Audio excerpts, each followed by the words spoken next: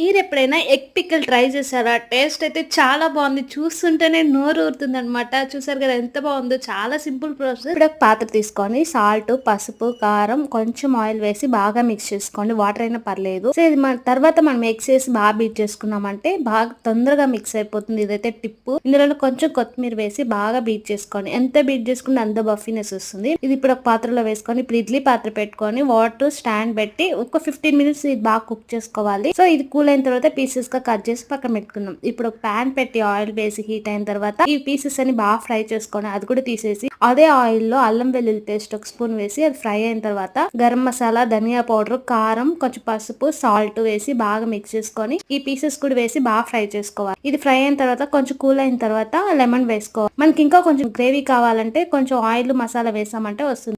మీకు ఈ వీడియో నచ్చితే లైక్ చేసి షేర్ చేసి సబ్స్క్రైబ్ చేసుకోండి. మర్చిపోకుండా కమెంట్ చేయండి. Thanks for watching.